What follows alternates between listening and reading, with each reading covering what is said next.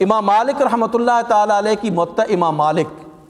بڑی اہم کتاب ہے یہ، اور غالباً یہ پہلی کتاب ہے جو عملی طور پر خلیفہ منصور کے دور میں حدیثوں کی کتاب جو ہے وہ لکھی گئی۔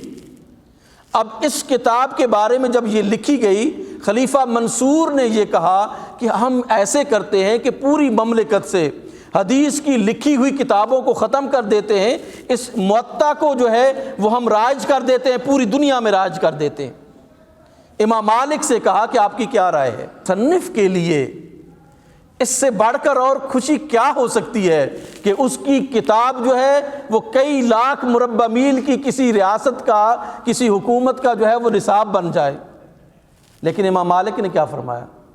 نہیں خلیفہ، میں آپ کو ایسے نہیں کرنے دیتا، آپ ایسے نہ کریں، اس لیے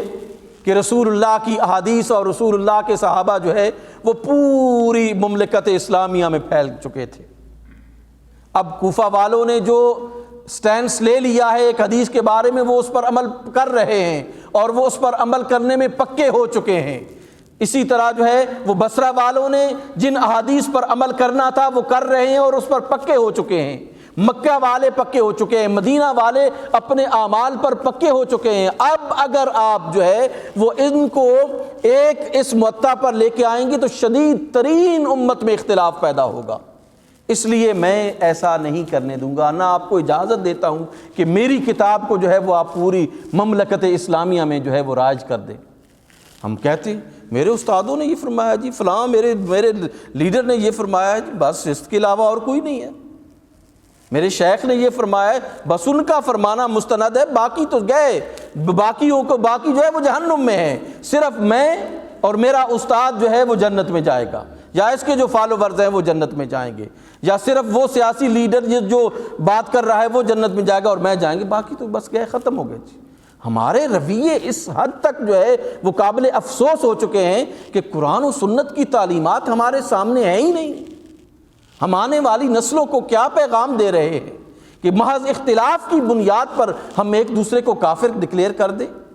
واصل جہنم کا۔ اب یہ ہوتا ہے کہ وہ کافر ہو گیا، وہ مرتد ہو گیا، اب مرتد کی سزا کیا ہے؟ اس کو قتل کر دو، اس کو واجب القتل قرار دیتے تھے، اپنے ہی فتووں سے ہم سب کو جو ہے وہ کرتے چلے جاتے۔ ایک اختلاف، آپ سب یہ جو جوان بیٹھے ہیں ان سے میری گزارش ہے کہ اختلاف کو علمی بنیادوں پر دیکھیں۔ اب انے وہاں کسی کے پیچھے آپ لگ جائیں، جذباتی ہو جائیں کہ میرا قائد یہ کہہ رہا ہے، میرا فلاں یہ کہہ رہا ہے، بھائی دیکھیں کہ وہ کیا کہہ رہا ہے، پہلے یہ دیکھو کہ وہ کیا کہہ رہا ہے، اس کیا کہہ رہا ہو کو دیکھو، اس کے پیچھے کوئی دلیل ہے یا دلیل نہیں ہے۔ حضرت امام مالک رحمۃ اللہ تعالیٰ علیہ درس حدیث دے رہے تھے مسجد نبوی میں بیٹھ کر، سامنے رسول اللہ صلی اللہ علیہ وآلہ وسلم کا روضہ انور ہے، آپ نے روضہ انور کی طرف اشارہ کرتے ہوئے فرمایا اس احد بعد النبی الا یؤخذ و یرد، کہ نبی، یہ جو صاحب مزار نبی ہے، لیس احد بعد النبی الا یؤخذ و یرد، اس نبی کی بات کو من و ان تسلیم کرنا چاہیے۔ اس نبی کے بعد کوئی ایسی ہستی نہیں ہے کہ جس سے اختلاف نہیں کیا جا سکتا۔ نبی کے بعد آپ کسی کے قول کو رد بھی کر سکتے ہیں، قول کو قبول بھی کر سکتے ہیں۔ اس لیے رسول اللہ صلی اللہ علیہ وآلہ وسلم کی ذات کے ساتھ اختلاف نہیں کیا جا سکتا۔ اس کے بعد حضرت امام مالک فرما رہے ہیں کہ سب سے اختلاف کیا جا سکتا ہے، لیکن دلیل کی بنیاد پر، ادب و احترام کی بنیاد پر اور روایات اسلامی کی بنیاد پر، تکفیر کی بنیاد پر نہیں کہ آپ ایک اختلاف ہوا تو آپ نے کفر کے فتوے لگا دیے اور پھر اس شخص کا جو ہے وہ آپ نے معاشرے میں جینا جو ہے وہ دوبر کر دیا،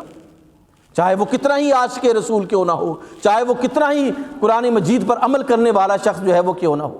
ہمیں سوچوں کو درست کرنا ہوگا، اور یہ جو تشدد ہم معاشرے میں پھیلا رہے ہیں یہ آنے والی نسلوں کو تباہ و برباد کر دے گا، اور وہ تمام لوگ جو اس طرف جا رہے ہیں، چاہے وہ سیاسی ہیں، چاہے وہ مذہبی ہیں، چاہے وہ سیاسی رہنما ہیں، چاہے وہ مذہبی رہنما ہیں، جو بھی ایسا کر رہا ہے وہ اس قوم کا، اس وطن کا بدترین دشمن ہے،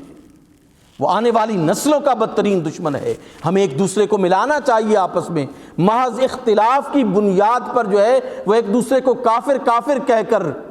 اس معاشرے کو جہنم نما معاشرہ ہم بنا رہے ہیں، ہم نے کبھی سوچا نہیں، ہمارے لیڈرز نے کبھی نہیں سوچا، ہمارے علماء نے کبھی نہیں سوچا، ہمارے سیاسی قائدین نے کبھی نہیں سوچا کہ ہم کون سی آگ ہے جو اس معاشرے میں لگا رہے ہیں۔ اللہ سبحانہ و تعالی ہمیں حق بات کہنے اور حق سوچنے کی توفیق نصیب فرمائے۔ وما علینا الا البلاغ المبین۔